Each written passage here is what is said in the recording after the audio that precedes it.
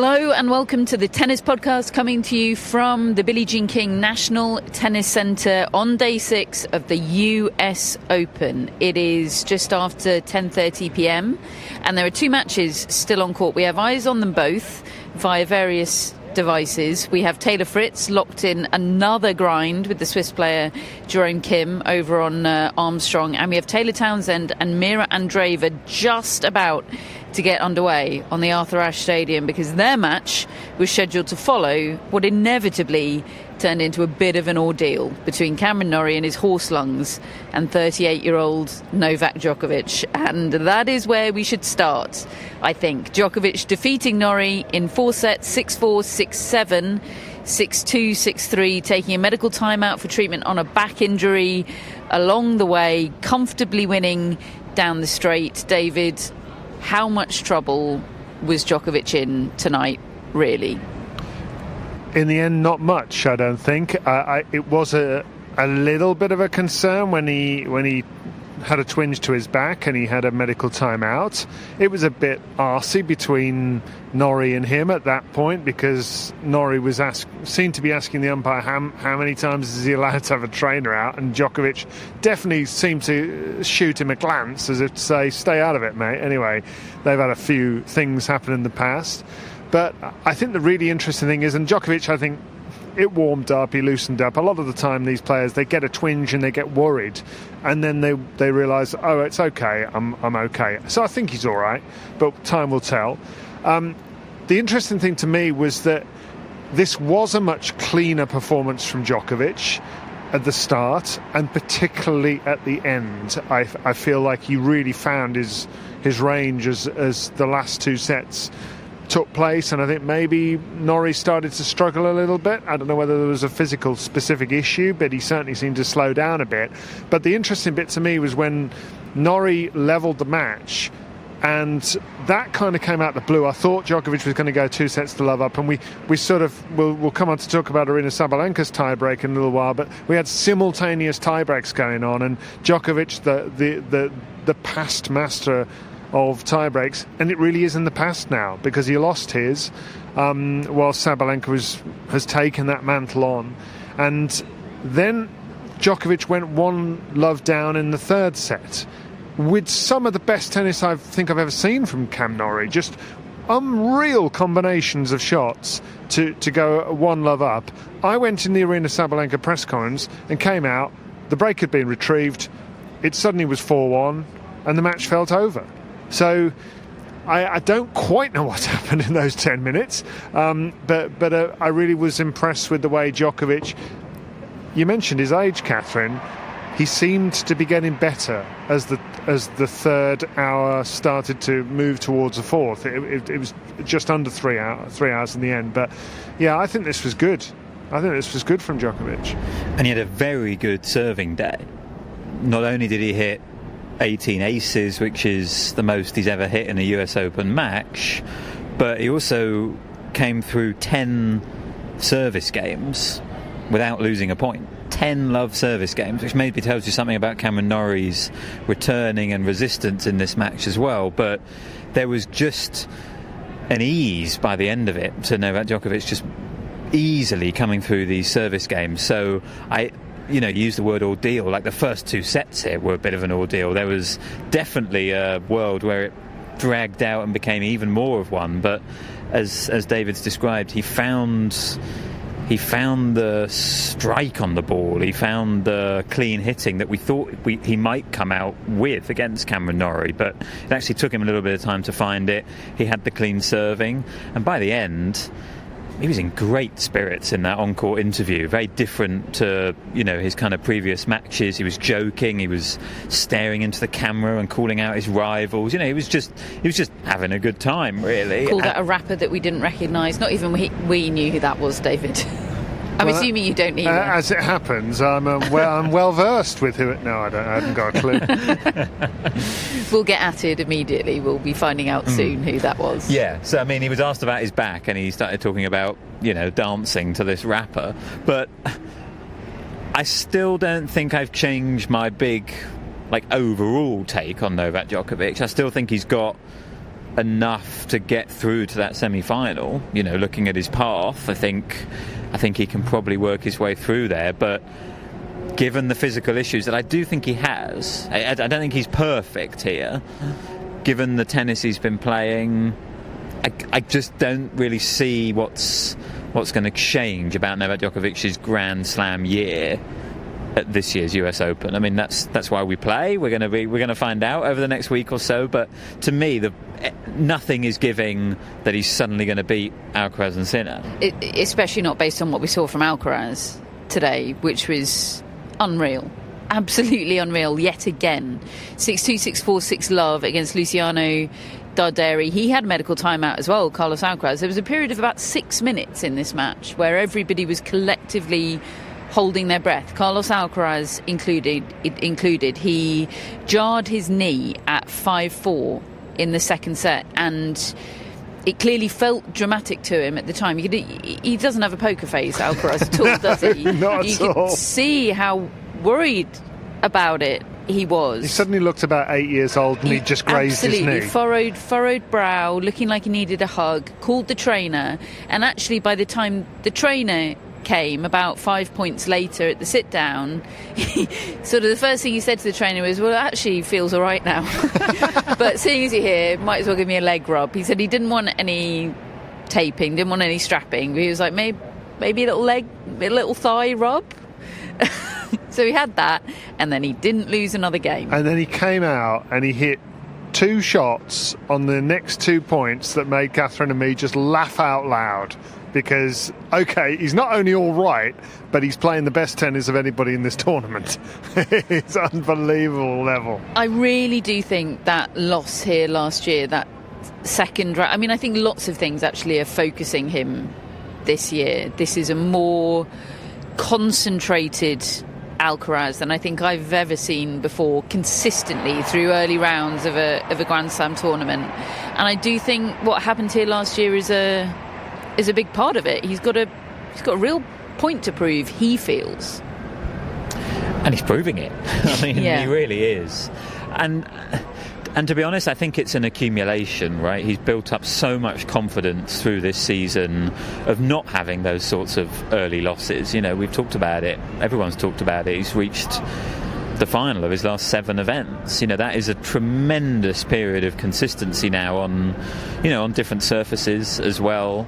And I think the summer break that he had was just what he needed. You know, last year he obviously came in here with the Olympics. This time he spent a lot of time at home, and I think that's where, you know, he's really able to decompress, still train, just relax and come into this American hard court swing with all the intensity that he's had through the spring and the summer on the clay and the grass, and he's looking fantastic. Gets to spend time with his mum when he's at home, doesn't he? And if I learned anything from the Netflix documentary, and I didn't learn loads, but if I learned anything, it's that she's a tremendous and pretty unique influence in his life. He got the 11:30 a.m. slot on Ash today. He didn't love it. He said, I'm not an early person. My first goal was to be awake. Really relatable quotes in the press conference. He said, I went to bed at 11. That for me is really weird, to be honest, which I'm really proud about. It was really, really sweet. He said, proudly, he said, I woke up at 7 in the morning just to be ready and to warm up well and to be feeling awake and feeling good. I too give myself a pat on the back if I successfully wake up at 7 a.m. He said it was an unusual time for me, but at the same time it's good because I'm already done with everything. It's a good time as well. Everything's good with Carlos Alcaraz, but David, he now plays Aryna Sabalenka. Well, you see, I mean, I've got a record now of pep talks in corridors and elevators, you know. Roger Federer 1999, now Aryna Sabalenka here in 2025, and here he is, career best. Through to the second week of a slam, for the very first time, aged 30. The only thing that's changed is he's had a chat with David Law in a corridor. Correct, yeah. And you can listen to it on Tennis Podcast Meets if you're a friend of the Tennis Podcast. Beat his countryman. Still there. Benjamin Bonzi, 4-6, 6-3, 6-3, 6-2. What's different, David?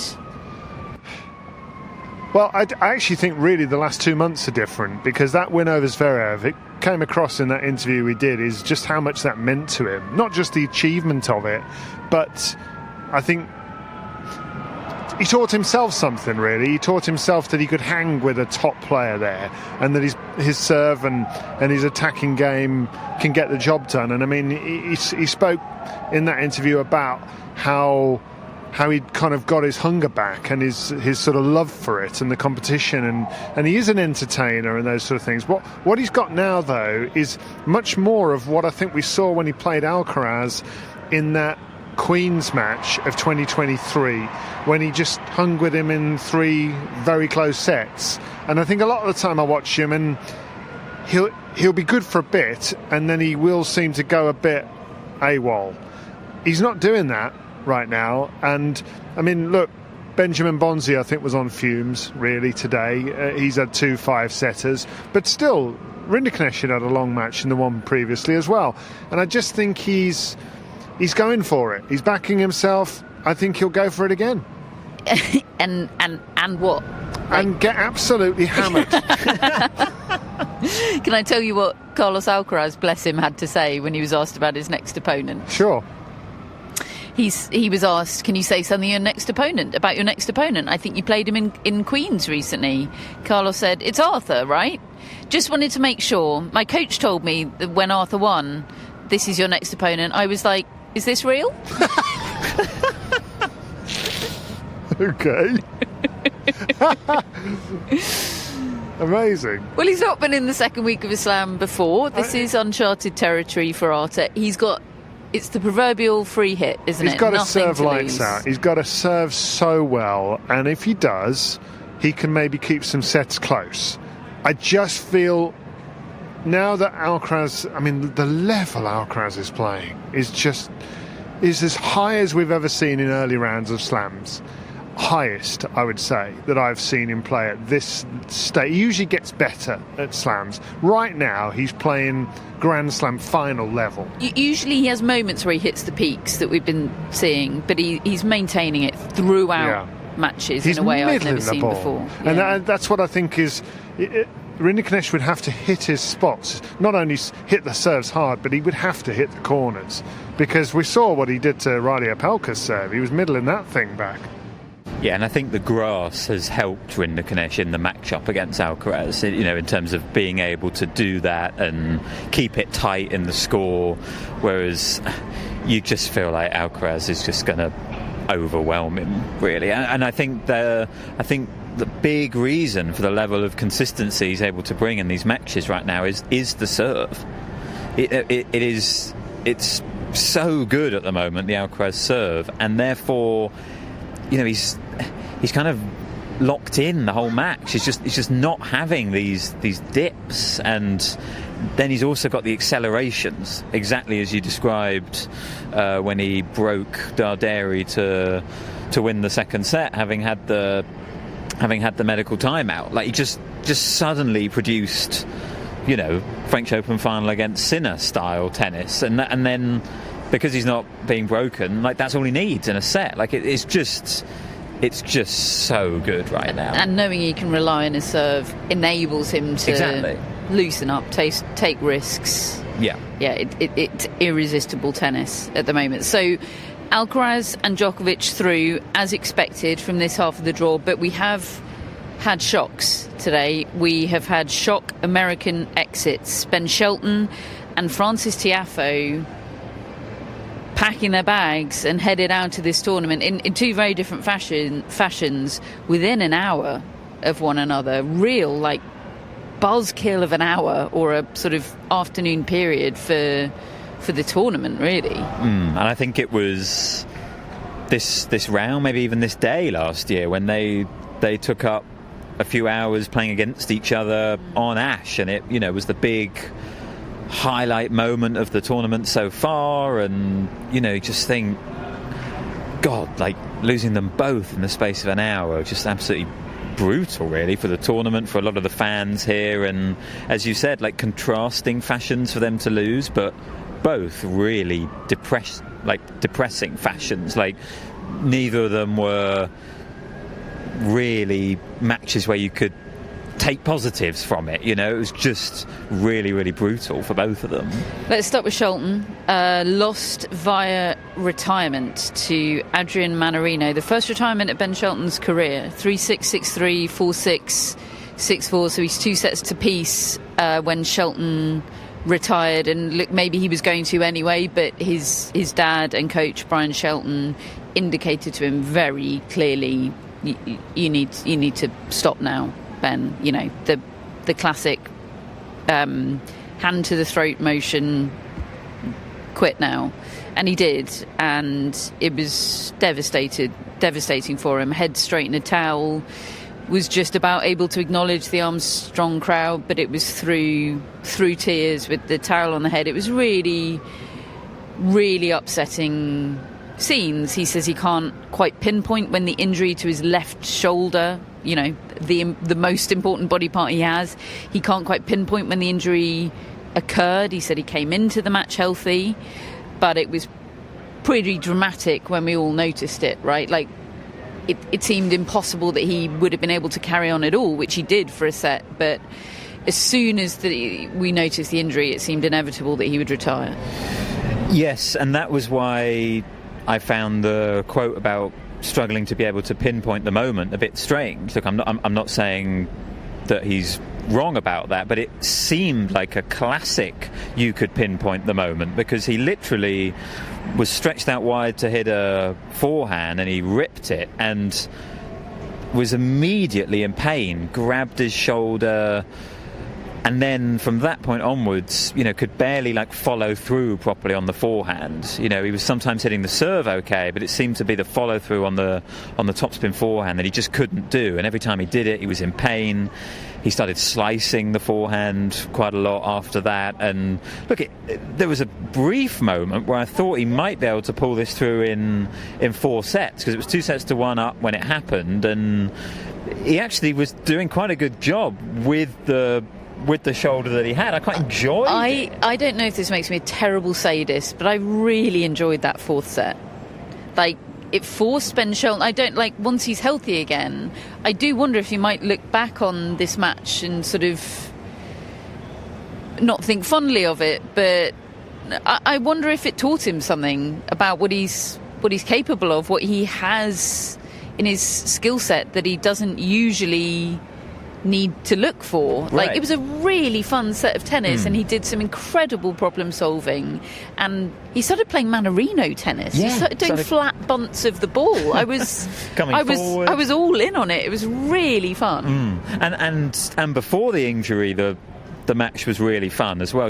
Absolutely packed crowd on Armstrong for this one, and obviously Shelton had got that win over him very recently, but the match that people remember of Shelton Mannarino, the big match in their head-to-head, was at the Australian Open last year when Mannarino beat him. So there was this intrigue. That was the tequila match. Exactly. There was this intrigue going into it, and Mannarino started doing some of those things again. I think this is an objectively funny matchup, because it's the most obviously athletic and physical guy on the tour in Ben Shelton, with his sort of big energetic brand of tennis and his big clothing sponsor, and he's a star, he's the guy, versus Adrian Mannarino, who is one of the least obviously athletic people on the tour, who barely swings at the ball, strings his rackets comically loose, up until recently didn't have any clothing brand. It couldn't be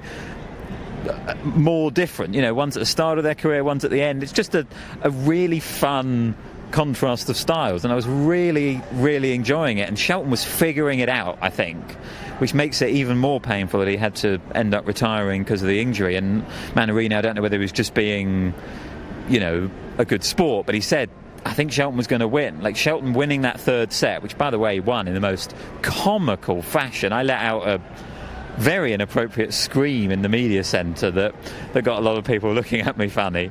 But what happened? Well, it was a really long rally, and Mannarino ends up working his way to the net, and Shelton throws up a ball that looks like it's drifting out, and as he throws up that ball, Shelton, he falls over. He's right in the corner of the court by the Rolex clock, by the speed gun. He's off the court. He's gone. He's on his hands and knees. There was some speculation that might have been the moment where he did his shoulder. So he's out of the court, but this ball that he's put up drops in, and Mannarino slightly misjudged it, and he's backpedaling, and all he's got to do is put it in the court off his backhand, and he puts it in the bottom of the net. It seemed impossible. But that one shot on the set, and there was this, the energy was up, and it was just beautifully poised, this match. And then, the devastating Shelton injury. So, like, a real shame, because I think it was just shaping up so nicely and had been fun up to that point, and everyone was in it. And yes, the fourth set was like really tactically interesting, but it was a little bit uncomfortable as well, because you could just see the pain Shelton was in. He said it was some of the worst pain he's ever been in his life, in his little conversation with his dad. Yeah, this wasn't sort of dull ache pain. This was clearly sharp, fiery pain. It was uncomfortable to watch. There was also what should have been really comical moment at the end, and was comical, but sort of comical in the way that you don't want to allow yourself to laugh at, because Ben Shelton was in so much physical and emotional distress at the time. But Adrian Mannarino went off court for a bathroom break and to change his kit at the end of the fourth set, at which point Shelton had decided to retire, but Mannarino wasn't there to receive this news, so Shelton had to wait for him, and Mannarino strode back on court after his bathroom break, unaware that the match was over, and then in the post-match interview said, "I'm 37 years old, and it's the first time I'm winning a match from the toilets." Which is iconic. Absolutely iconic. And by the way, Mannarino, this is a brilliant run of form that he's on now. He's won 19 of his last 24 matches. A guy who this year has had a 10-match losing streak and a 7-match losing streak, and yet has turned that around into this really nice run of form that he's put together now. And yeah, he's just happening again, Adrian Mannarino. And he now plays Jiri Lehečka for a place in the quarterfinals, which that feels pretty even. I might even back Mannarino in that. He's the only player that has brought me points in the predictions this tournament. I think I might just need to keep going for Adrian Mannarino. I wanted to today, and Matt talked me out of it. He's my guy. I also tried to talk you out of going for Cameron Norrie. Yeah. So please, you did. You can stop blaming me for your predictions. I was looking for a Hail Mary, and I went for the wrong one. There were other Hail Marys available too. Jan-Lennard Struff, take a bow. Straight sets for him over Frances Tiafoe, 6-4, 6-3, 7-6. Tiafoe exiting this tournament that he pledged to come back and win one day. What was that, 3 years ago, David? Yeah. Exiting at the third round stage in straight sets with a pretty anemic performance, quite frankly. Jan-Lennard Struff was incredible. He's his own really fascinating story. He's 35 years of age, Jan-Lennard Struff, and hasn't really come in here on the back of any form, but he's a good Grand Slam player. He likes the best of 5 format. There's a bit of diesel about him.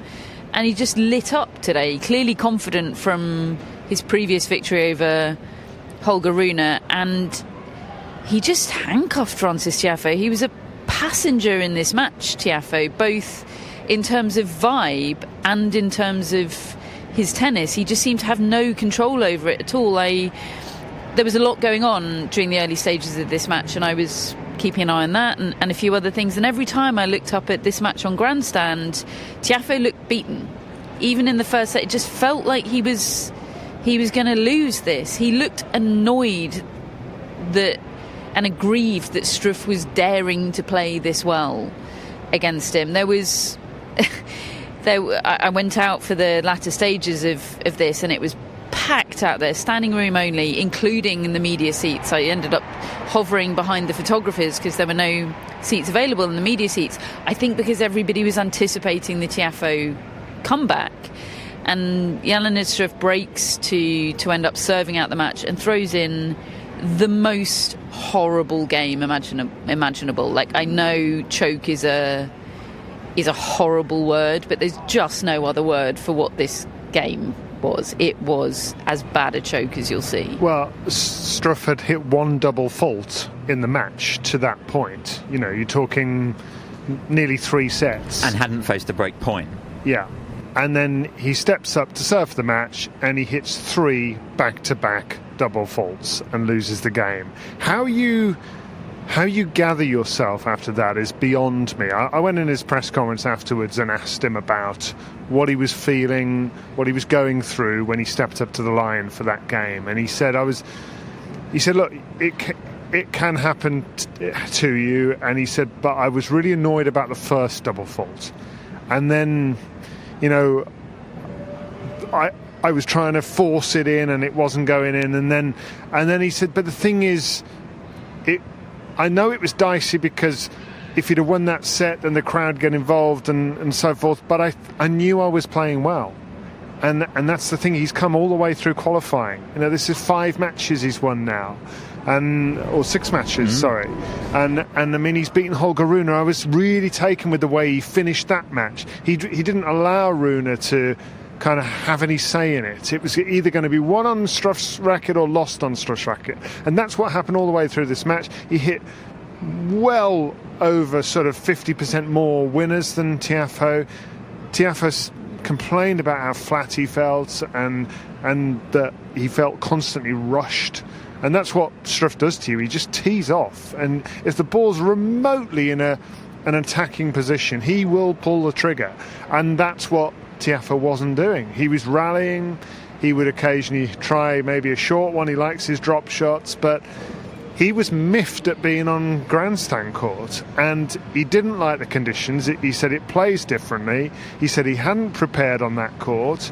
I mean, he gave loads of credit to Struff, but he said this is the most down I've been in a long time, and I really feel like he will have regrets from this.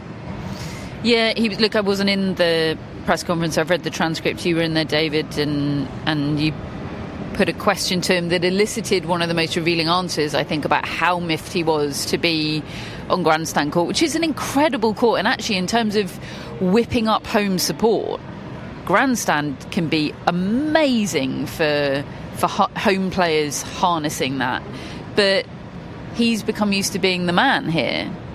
And I think that really showed today that there was that slight sense of entitlement about him, and I think it showed in his tennis in a slightly unprofessional way. Really, you know, he's not 38 years old, but he's not a spring chicken anymore. He's got limited numbers of US Opens, and it feels like he's just sort of let this one got in the way of himself with this one. And best case scenario, even if he didn't feel entitled to one of the 2 bigger courts, to not be prepared for that court, if he just assumed that he wasn't on it and didn't prepare on it, well, that's unprofessional, really.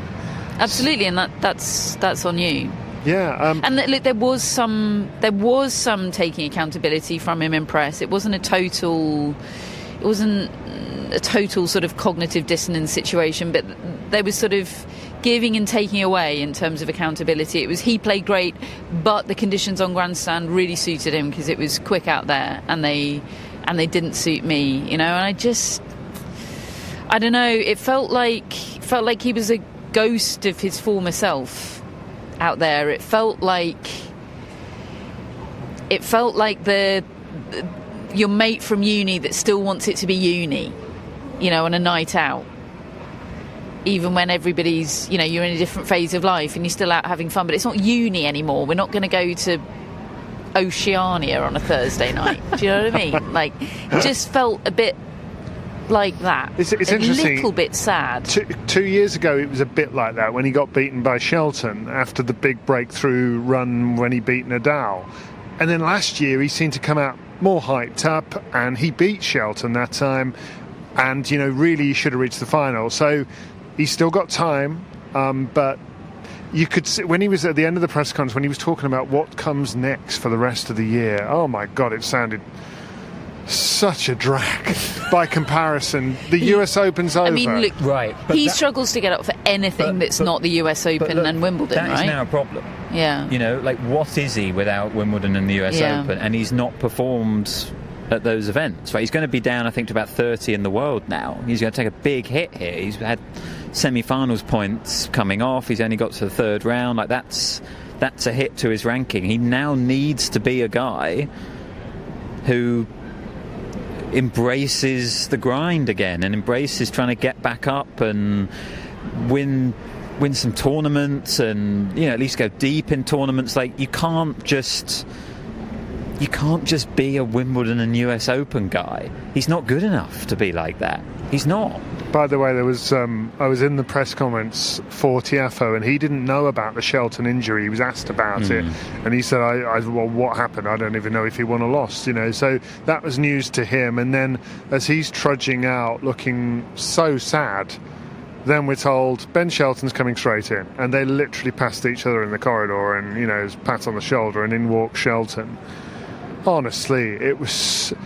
I mean, you feel for these players when they do lose. Their demeanour. I mean, Shelton came into this tournament with such high hopes, such great form. Even today, he's come in feeling good.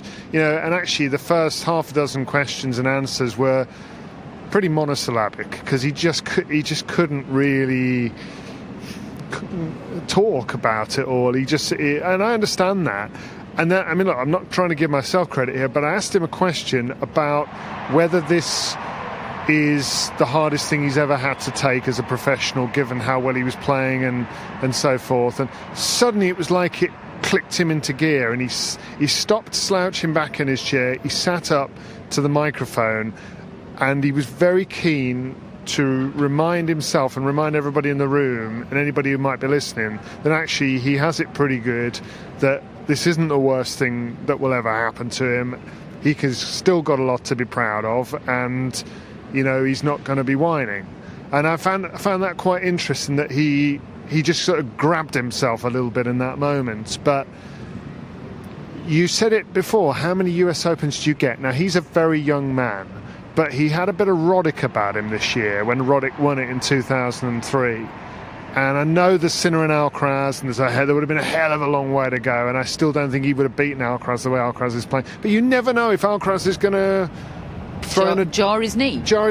This might have been the chance, and it might have just been taken away from Shelton. Now he's going to have many more opportunities, but one day we'll look back on a career and we'll wonder. Let's have some Mahatch vibes, shall we, from Matt Roberts to lighten the mood. Straight sets over Hugo Blanchet, proving he is the best player in the world. What can I say? They started playing Sweet Caroline at the end of the second set. It was everything in my powers not to join in from the media seats. Look, he was great. He was absolutely ripping the ball, not missing, taking the ball early, doing all the things that he's been doing all tournament. This is definitely the best tennis he's played since the very start of the year, the back end of last year when he was so dangerous. He's hitting the ball like that again, and he's a problem when he plays like that because his shot making ability is unbelievable. He did the full splits at one point today. He hit a single-handed backhand pass. He had a lob with his left hand. Like he had it all going on, and it did remind me of the type of setting where we first saw him and we declared him the best player in the world. Okay, it was court 17, it's a big court, but it wasn't packed because it was the end of the night, and he was just kind of going on vibes, and it felt a bit like a practice match. It wasn't that intense. If he could make all matches feel like that, he would be the best player in the world. Genuinely, it's absolutely remarkable the stuff that he can do. I'm enjoying it. 9 sets out of 9. Like, I know you're going to say, oh, but what about the next round and all that? But that's for 2 days' time. Let's not do the post-mortem now. That enormous roar of the crowd, by the way, that you heard while Matt Roberts was talking was obviously for Matt Roberts' Thomas Mahatch takes, but also for Taylor Townsend, who has broken the Mirra Andreeva serve and will come out to serve herself for the opening set. Mirra Andreeva is in a bit of a French Open Lois Poisson situation by the sounds of things, in terms of, albeit not a full Arthur Ashe crowd, but an extremely vocal and probably quite drunk Arthur Ashe crowd in terms of the way they're getting behind Taylor Townsend. So you'll probably hear how that's going from the background noises, but we will keep you posted. And incidentally, in terms of who Thomas Mahatch plays next, we don't know, because it's between Taylor Fritz and the Swiss man Jerome Kim, and they're locked to a set apiece on Armstrong. And 3 games all in the third, and Fritz had some set points in that second set as well. Kim playing a bit like Struff, just taking it to the American. It's going to be a late night, isn't it? And who's getting up at 7 a.m. to watch football? Us. Me and David. Not Catherine.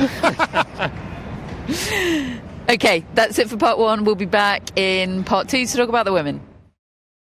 Welcome back to part 2 of the pod, where it is now 11:15. Taylor Townsend is serving for the opening set against Mirra Andreeva. Taylor Fritz continues to grind over on Armstrong, and we turn our attention to talk about the results from the women's draw on day 6 here at the US Open. Let's start where the day started on Armstrong, with Elena Rybakina's sublime performance to beat Emma Raducanu 6-1, 6-2. An encounter described by Mary Carrillo in commentary. Matt, you came in early for this match as a boxing match with players in different weight classes. Yeah, of course, Mary's put it perfectly there. I think, Raducanu had been in her press conferences previously, hadn't she, talking about how buoyed she was by the fact that she was dictating matches and dominating them and playing them on her terms. And she just found that absolutely impossible today against Rybakina. Right from the start, the depth on Rybakina's shots was a real problem for Raducanu, whether that be off the return or off her, first shot after the serve. Like, she was just pinning Raducanu back, and Raducanu was kind of unable to just influence the match. She was heard saying to her team, every ball is on the baseline, every ball is so deep. She was really, really struggling with that. And look, Catherine, you called it. You said that you thought Raducanu was maybe ready for a big win, but maybe not this win against Rybakina, given that matchup. I'd been encouraged by what I'd seen from Raducanu against Sabalenka, another power player, and I had some sort of just general Rybakina clutchness doubts. I've just seen her involved in a lot of matches where maybe her form has just inexplicably dipped, or she hasn't quite brought it in the big moments or whatever, but none of that was the case today. And I think it's interesting that it was put to Raducanu in the final question of the press conference by Hermione Carriol of The Guardian about whether she feels that these top players, and particularly I think Świątek, who she's lost to at a couple of slams this year, and today Rybakina, whether she feels like they're playing better because it's her, almost like they've got a bit of a point to prove against her. And Raducanu leaned into that. I think she feels that that's the case, and there's absolutely no doubt today that Rybakina was sharper and more on it than she has been in a lot of her previous matches. I personally think that a big reason she was able to be sharp and on it for so long is not necessarily Raducanu the person and the former Grand Slam champion, but the game. Raducanu, I think, I think it's absolutely a fair take to recognise the absolute brilliance of Rybakina today. She was striking the ball incredibly well. But I also think it's okay to feel a little bit disappointed that Raducanu didn't try a few more things, and in particular changing the pace. There was 2 slices she hit that drew errors from Rybakina, and she didn't try it again. She didn't go to it. I think it may well not have worked. It may well have been a case that Rybakina just stepped in and crushed those as well. But she does have that in her locker, Raducanu. She once tried stepping back and looping the return, and it worked. She tried it again, and it didn't work. And then she put it away. And I just think she was a little bit resigned today to the matchup being a problem, and kind of that she was unable to do anything. And maybe that was the reality, but personally I thought she'd made a little bit more progress than this, and I thought she might have a bit more of a shot at just disrupting Rybakina a bit more. And look, that's not to take away from the progress I think she has made, and everything we've said I stand by. She's in the best form of her career in terms of consistency. It's the best tennis she played since she won this tournament. Things are moving in the right direction, but I thought she'd close the gap a little bit with these top players, and today just made me doubt that a little bit. And look, I think she did too. I think, I had referenced a few times how much she had referenced the 2 performances against Sabalenka and how close she'd managed to push Sabalenka, and I think today was a bit shocking for her, honestly, discovering how far she was away from a player like Rybakina when she's in good form. And look, maybe she didn't want to lay herself bare in front of the media today. Maybe she wasn't telling everybody the whole truth in terms of her answer to that question from Hermione. But I'm a big believer that good performances and bad performances very rarely happen in a vacuum. And I think, honestly, the biggest single reason why Rybakina was so clean today is she was under no pressure. It's like we were talking about with Alcaraz, and his serve enables him now to feel free and loose in the return games. I think Rybakina was free and loose because Raducanu was kind of pretty much, as you described, Matt, apart from a couple of attempts here and there, committed to the baseline game. It was almost a prideful kind of, no, I need to not admit that I'm in a different weight class here. I need to try and make my game match up with Rybakina.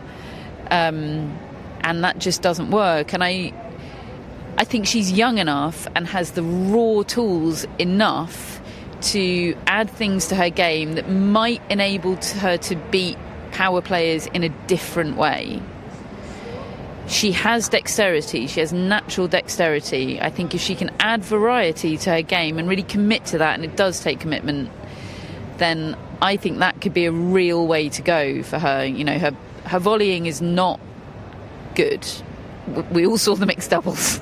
Her volleying is not good, but I believe it could be good. I really do. I think the raw materials are there, but I don't know whether that's something that... I don't know whether that's where her head is at. I think she's in a phase right now of trying to beef up her baseline game, and that's important, and she's made strides, but I do think that's only going to take her so far. I think there is going to be a glass ceiling for her with that, and maybe that's okay, but I think she's pushing the ceiling up a bit, and agree with Matt, it's all been positive recently, but I really do think there's always going to be that glass ceiling with trying to do it that way. I would have thought if there was going to be a performance that would have brought that home to her, it was today's, because I think after she saw what she was able to do hanging with Aryna Sabalenka the other week, she thinks she's there. She thinks she's ready to go and take one of these players out, and frankly so did I. And today, yes, by going toe-to-toe against somebody who hits the ball like that, and my goodness, Rybakina was good. That is the best tennis I've seen so far at this tournament, in terms of just clean hitting. And we've seen her do it to Sabalenka more than once on the same surface. So no massive surprise there. What I like is that Raducanu is seemingly pumped and committed to really go for it in the next few months and phase of her career, where I think she can probably try to get more wins and also maybe just find out a few things against players that aren't Rybakina and Sabalenka and Swiatek, and you've got to build this foundation. I think she's finding out, actually, power levels wise, there is a level that she's probably never going to get to. So, smart player and smart human being that I think she is, I would imagine that tactical approach that you're suggesting will start to come more into her thinking.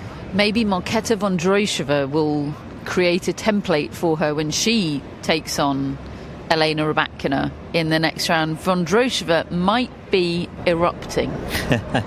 She beat Paolini today 7-6, 6-1, and she will be Rybakina's fourth round opponent. It was quite something to go from Armstrong watching Raducanu against Rybakina, which was all about, the hitting from the baseline, as we've just talked about, to watching Vondrousova on grandstand, who just plays the sport in such a different, pretty much unique way, really, in terms of, players that we have in the game today. She did a job on Jasmine Paolini. It was a slightly weird match to start with, because they were both holding serve really easily, which is not what I expected from this match at all. I thought there'd be lots of breaks, lots of long rallies, and it was only as the first set reached its crescendo that the rallies really started to flow. And just, we always say it, don't we, but Vondrousova pulled Paolini into her web, giving her no pace, and her ability to defend in different ways. We talk about Vondrousova's variety. I think we often talk about it in an attacking sense, but she's also got it on defence. She might slice her defensive shot. She might throw up a moon ball. She might try and rip it. She can do so many things from defensive positions, Vondrousova, and she can cut through you with deceptively piercing power as well on that forehand in particular. And she was serving like an absolute dream, Vondrousova. Paolini was really struggling to make any meaningful inroads into the Vondrousova game, and it started to get to Paolini. She was hanging with Vondrousova in that first set. There was a moment where it looked like she might be able to win the first set. She fluffed a volley at 5-4 30 all. That was a big moment. That would have given her a set point. But once Vondrousova won that first set in the tie-break and started doing all these things again in the second set, Paolini's body language and attitude kind of disintegrated out there, and you could see how frustrated she was. But that's what Vondrousova can do to you, I think. Someone with Paolini's forehand thinks, I should be able to hit through her, I should be able to make inroads here, and she couldn't. Vondrousova was awesome. She's absolutely doing it again, and there's a little theme this year with Paolini's Grand Slam losses, where the final set of those losses, whether it be a second set today or the third set previously, been pretty one-sided. It's actually been a theme of her year where she's just faded in these Grand Slam matches and not had so much resistance. So that's been a blow to see, but Vondrousova exploited that, and it was an absolute joy to watch her. She came through a sort of 11-12 minute game right at the end to go 5-1 up, and that was it. That was Paolini's last chance. She simply had to hold there, but it was done. And everything we've just said about Raducanu, needs to play with more variety, all of the above, that's all the things that Vondrousova does.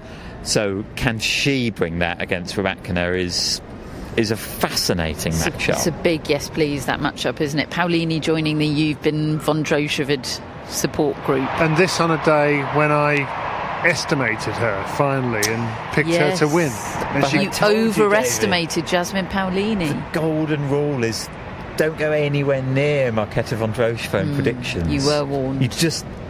You don't know what she's going to do on any given day. She might crash out or she might win a Grand Slam. Great. But I told you this. Good day for Aryna Sabalenka today. Not only, well, three things. She won 6-3, 7-6 over Leylah Fernandez. She extended her extraordinary tiebreak record. And Elisa Mertens, her scheduled conqueror, was knocked out of the tournament. Couldn't have come up more Aryna Sabalenka today, David.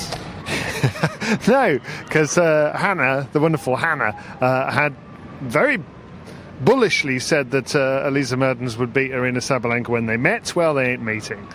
Hannah, by the way, is trying to claim this as a moral victory. As a win. She said, I just said that Mertens would beat Sabalenka. I never said she wouldn't lose to Buksha. True. This was this Sabalenka match. There was a bit of peril in that second set. But, she won the first set against Fernandez.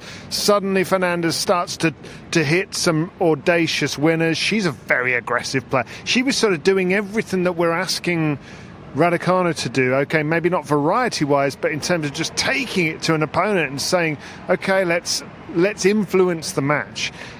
But then they got to a tie-break. And Aryna Sabalenka has now won 18 of them in a row.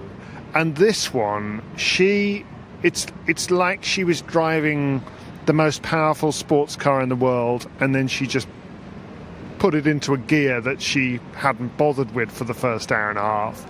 And she was producing shots off good rally balls from Fernandez. She was being put under pressure and coming up with emphatic answers, i.e. clean winners, and combination forehands and volleys behind them. I mean, and I don't know, I asked her in the press conference, what is different in a tie-break at the moment? Why are you able to produce this sort of level? Do you feel different? She said, it's because I've got no more time left. It's the deadline thing. And she knows it's now or never, so I'll stop thinking about it. Stop overthinking about the potential for things going wrong or needing to be patient. Just go for it. And that's what she's doing, and she's just coming up trumps time and time again. And this was, I said at the start of the podcast, happening at exactly the same time as Novak Djokovic was losing the sort of tie-break that he was winning time after time 2 years ago. And it's a superpower that Sabalenka's got. And if she ends up winning this title, I think it could well end up being that tie-break record that sees her through. Because imagine what it's doing to opponents' minds now. They must know about this. Can I just play a tiny bit of devil's advocate? Because, I've said the tiebreak record's extraordinary. We've all said how good it is, and it is. And exactly as you've described it, it's phenomenal the way she keeps locking in these tiebreaks. Do you remember at Wimbledon we talked about how her return was a bit of a problem? Against Raducanu, against Anisimova. Big time. She really struggled on the return. And I kind of think that the tiebreak record that is so extraordinary at the moment might be hiding the problems she's got on return. She's in too many of them. She's in too many of them. Oh, she's a Nishikori. She's the Nishikori of tiebreaks. She's an Pesci Perica. No. I don't think Sabalenka should be really in a tiebreak with Leylah Fernandez. As well as Fernandez was playing in that second set, Sabalenka at her best can knock Fernandez off the court, and she can. I just think that there might be something in that in terms of when she's getting to, if she gets these latter stages of the tournament and she's struggling on return, well, she might not find herself in a tiebreak because the better players might win the set before that. So the tiebreak record is stunning, but it did just occur to me today that I think actually she needs to be improving her return game at the moment. It wasn't really there in that second set. She wasn't making the inroads. As David described, she was the one having to hang on to her own serve a little bit more. And yeah, that's just something I'm thinking about with Sabalenka, maybe for further down the line. Because at the moment, I think the tiebreak record's amazing and she can get through the matches with it. But when push comes to shove, can she get the big matches into a tie-break, or is her return actually going to be a bit too much of an issue? I think that's going to be an interesting thing to kind of monitor as this tournament goes on. Very interesting. Barbora Krejcikova came through against Emma Navarro, 4-6, 6-4, 6-4. Lovely performance from Barbora Krejcikova. I think she's pretty exhausted afterwards. This is her first time into the second week of a slam since she won Wimbledon. Obviously, it's been an incredibly injury-blighted period since then. But, in terms of this new era of Barbora Krejcikova, post all of that, this is uncharted territory, and she lost the first set. Although I did feel like by the end of that first set, it somehow already felt like she was on top. She had started to figure out Emma Navarro, but then she was down in the decider and won 6 of the last 7 games. Yeah, from 3-love down in that deciding set. And I watched a lot of those last 7 games and thought, wow, this is a good matchup for Krejcikova. I know it's close, but she got up a chance to put her stamp on the match because the ball isn't going that fast. She's able to just redirect it, and what a clever player. If you wanted to watch just a strategist and an executor of tennis strokes, watch a match between these two, because it's different. And I always felt, well, Krejcikova is the better of the two players, and they're both kind of trying to do similar things. And she remains a threat in this draw. I think there will remain those question marks over her health, but so far so good. She plays the winner of the match currently still on court between Taylor Townsend and Mirra Andreeva, which is on serve in the second set. It wasn't. Andreeva was up a break, but Townsend is broken back, and she looks absolutely on a mission. So we don't know at this moment who Barbora Krejcikova plays next, and nor does Barbora Krejcikova, and nor will she until sometime late in the day tomorrow. I hadn't realised that she was a don't look at the draw gal, but she is. I discovered this in her press conference, which was a little bit tense because it was in room 2, which is that very intimate room. It was mostly Czech press, few English, well, not English, I was only English, I think, but few English-speaking press.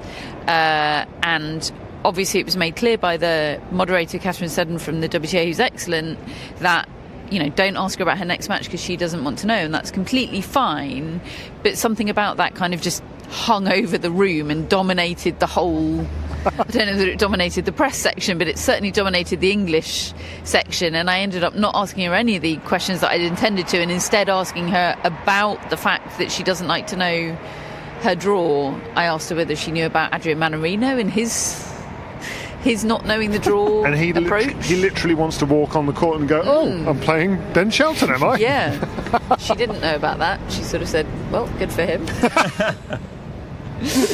I think she was tired, in her defence, and I respect that approach. I respect, tennis always wants you to be looking for the next thing, looking ahead to the next thing, the next tournament. Even when you win a Grand Slam, it's like, okay, what about the next one? It's relentless. So she wants to be able to appreciate the victory, live in that for a moment before turning her attention to the next one, whoever that may be against. I think it's one of the things about tennis, like professional tennis players, that I find the absolute hardest to relate to. Like, if I, in a fantasy world where I were a professional tennis player, I would 100% be Carlos Alcaraz at the Roland Garros draw, staring at it, and just like, I'd be tracking every match. I'd be seeing like, oh, he's gone out in that section, it's opened up there, and like obviously that just probably isn't the thing you should be doing. But I find it extraordinary that, well, it's been okay for Carlos Alcaraz, I guess, but I just find it extraordinary that so many of them have an ability to shut off the tournament that they're in.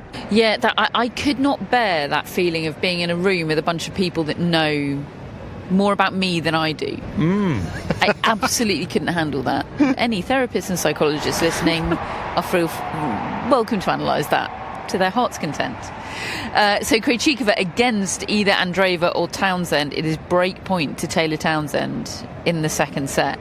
Last result to touch upon from today: Jessica Pegula beating Victoria Azarenka 6-1, 7-5. A good rally actually from Azarenka here, because there was a period in the early stages of the match where this felt awkward and uncomfortable. The words golden set were mentioned in commentary when Jessica Pegula won the first 10 points of the match, and then Azarenka won a point, and suddenly you're thinking, okay, well, at least that's off, but maybe the double bagel's on, and she wins a game, and you're like, phew, okay, because you don't want to see someone like Azarenka be humiliated. And it wasn't humiliating. She was outclassed. Physically, she's definitely lost something. I don't know whether there's any specific injury going on, but she's definitely not physically what she was, Azarenka, and Pegula was eventually pretty comfortable. Yeah, she was hampered today, Azarenka, for sure, but I think so often recently I've found the experience of watching Azarenka quite tough. It's been quite sad watching her. What was nice about that second set today is that she seemed to be playing with a lot of joy. There was a lovely moment where she hit a brilliant drive volley with a backhand that helped her get a break in the second set, and she looked up at Leo in the box sitting there and gave him the biggest smile, like the kind of smile that you would give at the end of a match, but she gave it like mid-match. It was really a nice moment to see her like that. Pegula, a real trend in all her matches is an absolutely very clean first set, and then letting an opponent back in a little bit in the second set. It happened against Sharif, happened against Blinkova, and now it's happened against Azarenka. Like, she's got through them all in straight sets, but I think she'd want to be a little bit more clinical than she has been. I think against better opponents or more informed opponents, that might hurt her later on in this tournament. So she's been good, she's been impressive. I kind of had her on upset watch here, Pegula, given her slam results this year, but she's made it through to the second week pretty comfortably. She plays Ann Lee next, who beat Priscilla Hon. None of us were really able to watch too much of this match, but we did get an assessment of it from a lovely listener that Matt has encountered 2 days in a row here at the US Open. Yesterday he was a Priscilla Hon. No, 2 days ago. Only on Priscilla Hon days. He only comes on Priscilla Hon days. This is John the Hon guy. Right, John. Well, he was John the Hon guy. 2 days ago, Matt encountered him, and Matt came to us with this story and said, I met a Priscilla Hon guy today. He was just so big on Priscilla Hon. Unexpected, but great. Good luck to you, John. We bumped into him again today, and he'd watched Priscilla Hon's defeat to Ann Lee, and he was selling his stocks in Oh, charming. Priscilla Hon. And we asked him, okay, was Ann Lee really good then? And he said she was good enough to beat Priscilla Hon. Fair weather fan. So that's the assessment of John the Hon guy. And that's it for part 2. We will be back to look ahead to tomorrow in part 3. Welcome back to part 3 of the Tennis Podcast, where we have just watched Taylor Townsend add to a big week for Taylors everywhere, reaching the round of 16 of the US Open for the second time in her career, the last time back in 2019 when she lost to eventual champion Bianca Andreescu, something she's just reminded us of in her on-court interview after beating Mirra Andreeva in 2 straight sets. A match, in terms of Andreeva, very reminiscent of what we saw her go through in front of the French crowd, where she crumbled in that match against Loïs Poisson. Very, very similar for her, and I think it's possible to say that without taking anything away from the utterly brilliant Taylor Townsend tonight. Yeah, I would say maybe it was more dramatic how it affected her in Paris, and she probably should have been winning that match, and the crowd really got involved and affected her. Here she was actually outplayed. I mean, I do think she was affected. She looked bothered, a bit inhibited, but I think she was also bothered and inhibited by the variety that was coming her way. We were talking a little bit about what Emma Raducanu might add to her game in terms of variety, but if you want to watch what variety's all about, watch Taylor Townsend's performance tonight, because the whole thing seemed to be built around just giving a different ball every single time to her opponent. And as a viewer, I didn't know what was coming next, and I think that is the whole idea when she plays people. You know, she's got to world number one as a doubles player, and I've often wondered, you know, how good could her singles play be if she could get a break and get into the biggest tournaments and maybe not have to worry quite so much about doubles. But well, she's putting it all together right now, and she's a handful. That is going to be one heck of a match that she's got up next against Barbora Krejcikova. Don't tell Barbora Krejcikova that. Okay. Yeah, look, Taylor, look, she's already a big story here because of, and she just referenced it on court, what's happened over the last 48 hours, but she could be massive at this tournament.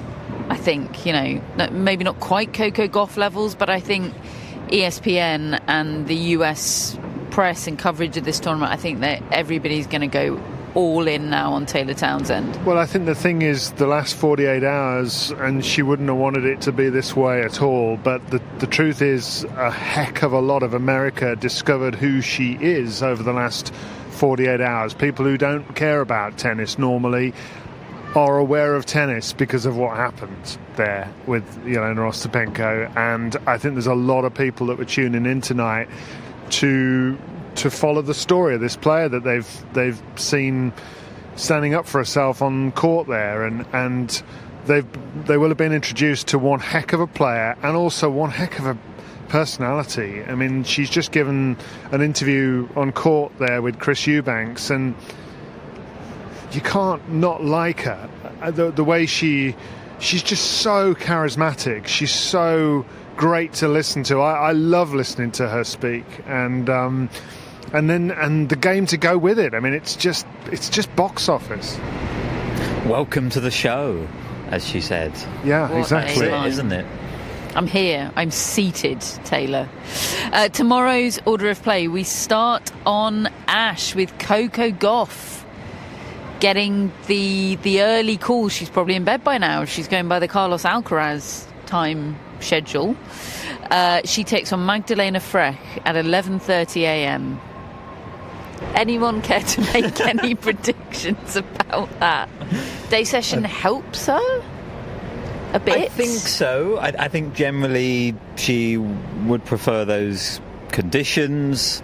I think that early slot on Ash just slightly takes some of the pressure off. I know it's a weekend, so actually it's not quite the same in terms of what are the biggest slots, but I don't know, I think it just feels a little bit less pressure cookery. I think she's going to lock in tomorrow. I think not that she hasn't been locked in, but I think we're going to see her best performance of the tournament tomorrow.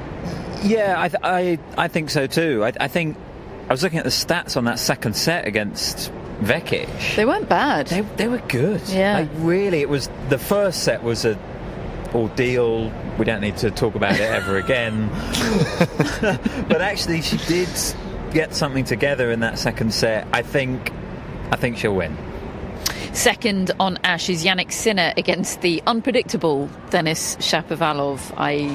I won't make you make predictions there. Night session is Iga Świątek against Anna Kalinskaya and Tommy Paul against Alexander Bublik. Tommy Paul, by virtue of finishing at sort of 1 a.m. last night, eventually getting the win, hauling himself over the finish line against Nuno Borges. He's got himself in the cycle of sort of having to be scheduled at night now, because otherwise it's not really fair, because would be so disadvantaged by having his sort of recovery time cut short. So for as long as he stays in the tournament, he's probably going to be second in the night session. Yeah, and what an extraordinary finish, by the way, to that match against Borges. That match point, we called it as we got back to our apartment last night. Just the most brilliant match point that you could wish to see. I don't know. I actually don't know what time it was. Matt said the tennis will be brilliant because it's happening at 1 o'clock in the morning. It always is. It always I don't understand it, but it always is.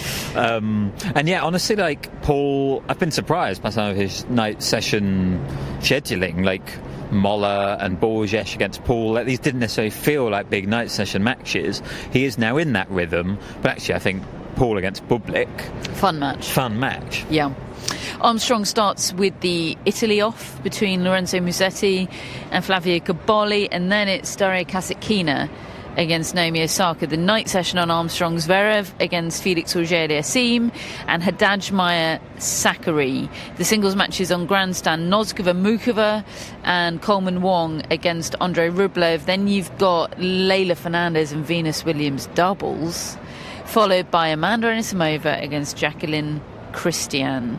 Court 17 is where you'll find Jaume Munar and Zizou Bergs and Daniel Altmaier against Alex de Minaur. You've got Parry Kostyuk, Maya-Jacques Reedy and Alexandra Siegmund all on Court 5, and I think that's it for singles tomorrow. That is your lot. That'll be day 7 of the US Open, and of course we will be back with a podcast at the end of it. We have a mascot for today's episode.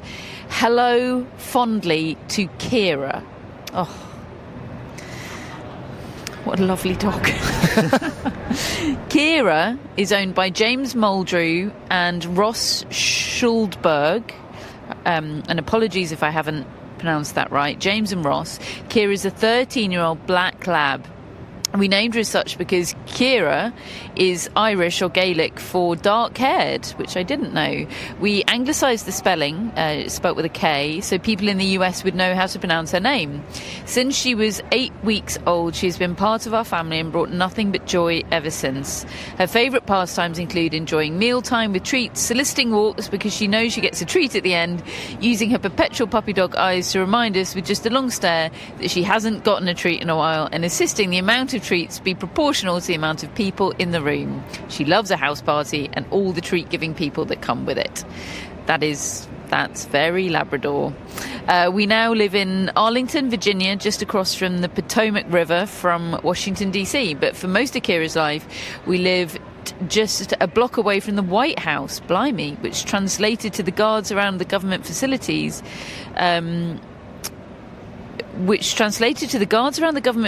who manage the working dogs there, always having extra treats for Kira as we walked by. Oh my God, like Secret Service treats.